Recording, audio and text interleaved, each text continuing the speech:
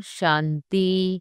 27 दिसंबर 2024 के ईश्वरीय महावाक्य। पहले एक नजर मुरली के मुख्य पॉइंट पर। बाबा ने कहा, अगर यह ब्रह्मा नहीं होता तो शिव बाबा भी नहीं होता। अगर कोई कहे कि हम तो शिव बाबा को ही याद करते हैं, ब्रह्मा को नहीं, परंतु शिव बाबा बोलेंगे कैसे? इनके द्वारा शिव बाबा कहते हैं, मुझे याद करो। यह मंत्र मैं इनके मुख से देता हूँ। ब्रह्मा नहीं होता तो मैं मंत्र कैसे देता? ब्रह्मा नहीं होता तो तुम शिव बाबा से कैसे मिलते? जो ऐसे समझते हैं ब्रह्मा तो कुछ नहीं, तो उनकी क्या गति होगी? दुर्गति को पा लेते हैं। तुम्हारे योग बल से बहुत खींच कर आएंगे। जितना तुम्हारे से कट निकलती जाएगी उतना बल भरता जाएगा। और फिर बाबा ने कहा, आत्मा खुद कहती है इस पीड़ा भोगने से अच्छा है शरीर छोड़ दे। अभी शरीर कौन छुड़ावे? यह है अपार दुखों की दुनिया। अभी तो कर्मातीत अवस्था हो न सके। कड़ी कड़ी भूले होना भी संभव है। महारथियों से भी होती है। मूवी की प्रैक्टिस करनी है। बहुत कम बोलना है, मीठा बोलना है। ऐसा पुरुषार्थ करते करते तुम शांति के टॉवर बन जाएंगे। और फिर लास्ट में बाबा ने कहा, बाप समझाते हैं तुम बच्चे सुख शांति के टॉवर हो। तुम बहुत रॉयल हो। तुमसे रॉयल इस समय कोई होता नहीं। यहाँ भी जो ज्ञान ठीक रीति नहीं उठाते हैं, चलन नहीं सुधारते हैं, वो बहुतों को दुख देने के निमित्त बन जाते हैं। यह भी शास्त्रों में दिखाया है। असुर छिप कर बैठते थे, फिर बाहर जाकर ट्रेटर बन कितना तंग करते थे। दिखाते हैं प्रलय हो गई, भला जल में होती है, परंतु सारी दुनिया जल में नहीं होती। भारत तो अविनाशी पवित्र खंड है। उसमें भी आबू सबसे पवित्र तीर्थ स्थान है, जहाँ बाप आकर सर्व की सद्गति करते हैं। और अब सुनते हैं महावाक्यों को विस्तार से। मुरली का सार। मीठे बच्चे, माया बड़ी जबरदस्त है, इससे खबरदार रहना। कभी यह ख्याल न आए कि हम ब्रह्मा को नहीं मानते। हमारा तो डायरेक्ट शिव बाबा से कनेक्शन है। प्रश्न है, किन बच्चों पर सभी का प्यार स्वतः जाता है? उत्तर है, जो पहले हर बात को स्वयं प्रैक्टिकल में लाते, फिर दूसरों को कहते हैं, उन पर सबका प्यार स्वतः जाता है। ज्ञान को स्वयं में धारण कर फिर बहुतों की सेवा करनी है, तब सबका प्यार मिलेगा। अगर खुद नहीं करते, सिर्फ दूसरों को कहते, तो उन्हें कौन मानेगा? वह तो जैसे पंडित हो जाते। ओम शांति। बच्चों से बाप पूछते हैं, आत्माओं से परमात्मा पूछते हैं, यह तो जानते हो कि हम परमपिता परमात्मा के सामने बैठे हैं। बाबा को अपना रथ नहीं है, यह तो निश्चय है ना। इस भ्रकटी के बीच में बाप का निवास स्थान है। बाप ने खुद कहा है, मैं इनकी भ्रकटी के बीच में बैठता हूँ, इनका शरीर लोन पर लेता हूँ। आत्मा भ्रकटी के बीच में बैठती है तो बाप भी यहाँ ही आकर बैठते हैं। ब्रह्मा भी है तो शिव बाबा भी है। अगर यह ब्रह्मा नहीं होता तो शिव बाबा भी नहीं होता। अगर कोई कहे कि हम तो शिव बाबा को ही याद करते हैं, ब्रह्मा को नहीं, परंतु शिव बाबा बोलेंगे कैसे? ऊपर में तो सदैव शिव बाबा को याद करते आए। अभी तुम बच्चों को पता है हम बाप के पास यहाँ बैठे हैं। ऐसे तो नहीं समझेंगे कि शिव बाबा ऊपर में है। जैसे भक्ति मार्ग में कहते थे, शिव बाबा ऊपर में है, उनकी प्रतिमा यहाँ पूजी जाती है। यह बातें बहुत समझने की है। जानते हो, बाप ज्ञान का सागर नॉलेजफुल है, तो कहाँ से नॉलेज सुनाते हैं?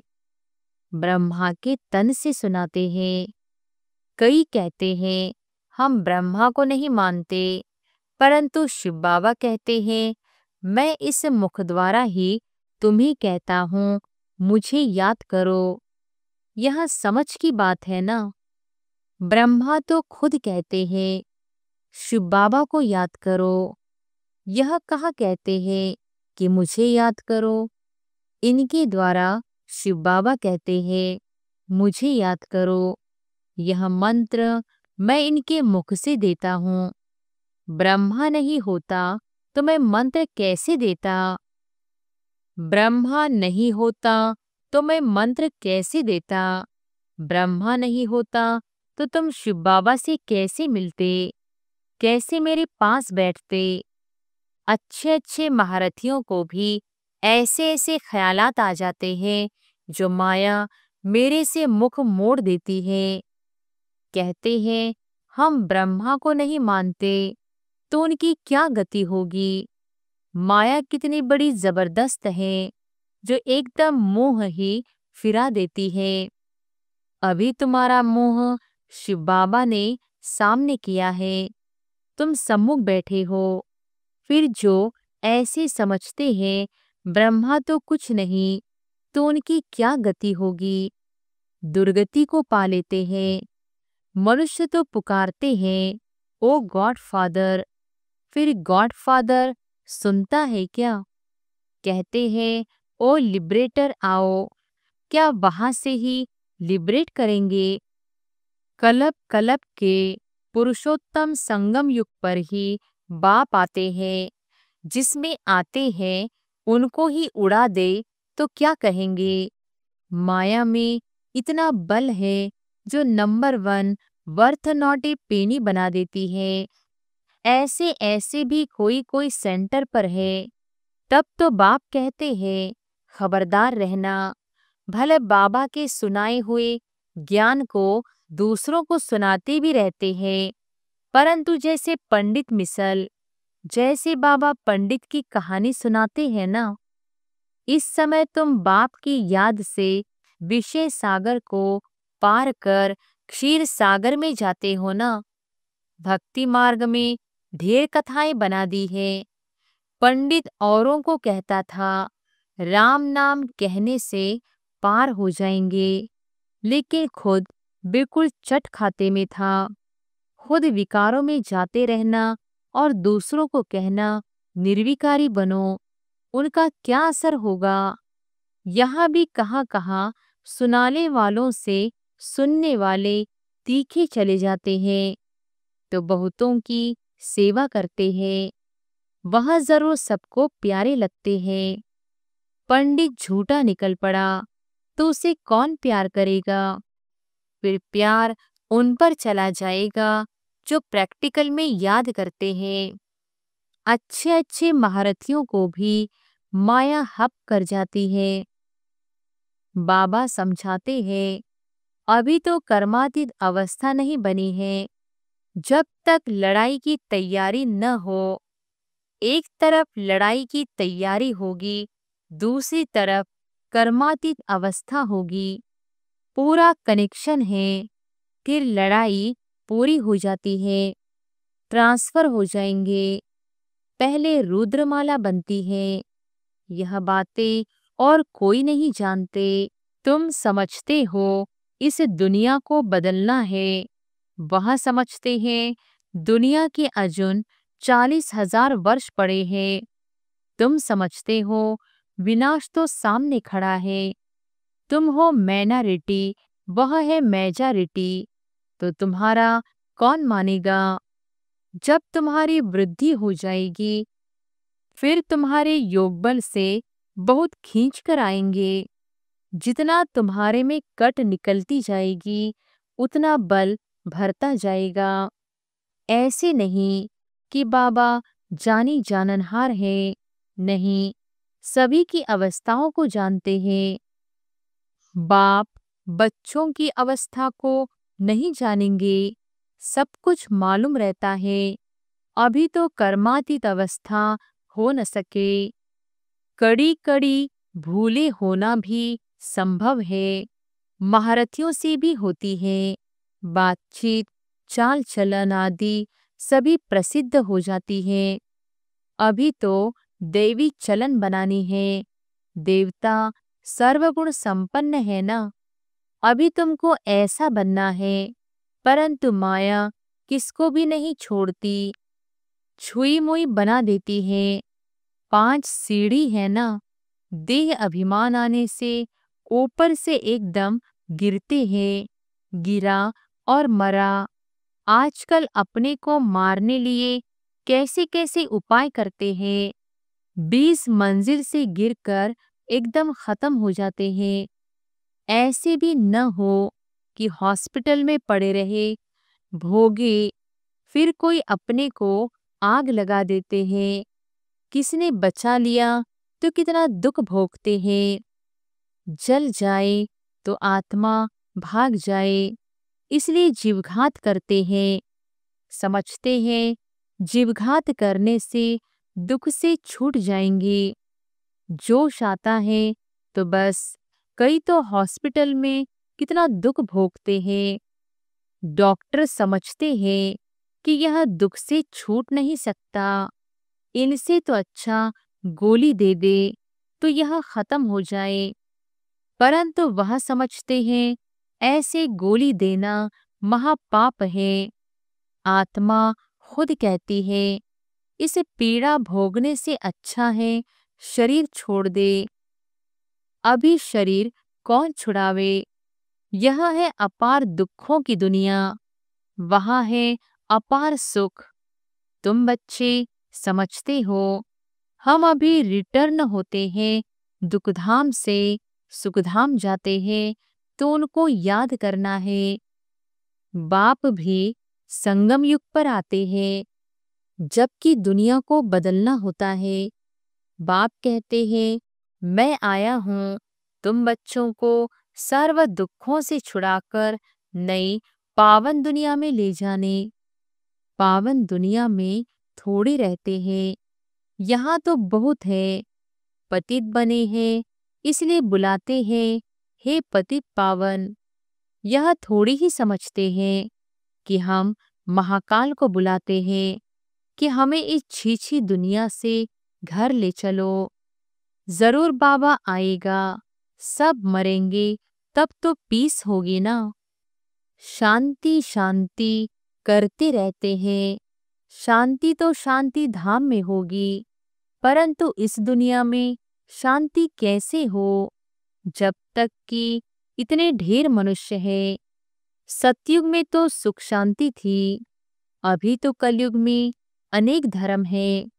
वह जब खत्म हो, एक धर्म की स्थापना हो, तब तो सुख शांति हो। हाहाकार के बाद फिर जय जयकार होती है। आगे चल देखना, मौत का बाजार कितना गर्म होता है, कैसे मरते हैं, बॉम्ब से भी आग लगती है। आगे चल देखेंगे तो बहुत कहेंगे कि बरोबर विनाश तो होगा ही। तुम बच्चे जानते हो कि यह सृष्टि का चक्र कैसे फिरता है, विनाश तो होना ही है। एक धर्म की स्थापना बाप कराते हैं, राजयोग भी सिखलाते हैं, बाकी सभी अनेक धर्म खलास हो जाएंगे। गीता में कुछ दिखाया नहीं है, फिर गीता पढ़ने की रिजल्ट क्या। दिखाते हैं प्रलय हो गई, भला जलमय होती है, परंतु सारी दुनिया जलमय नहीं होती। भारत तो अविनाशी पवित्र खंड है, उसमें भी आबू सबसे पवित्र तीर्थ स्थान है, जहाँ बाप आकर सर्व की सद्गति करते हैं।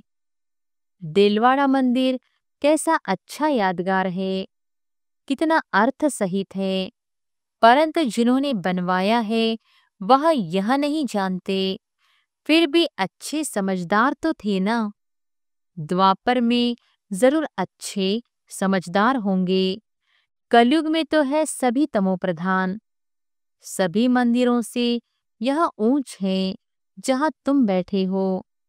तुम जानते हो हम है चैतन्य, वह हमारा ही जड़ यादगार है।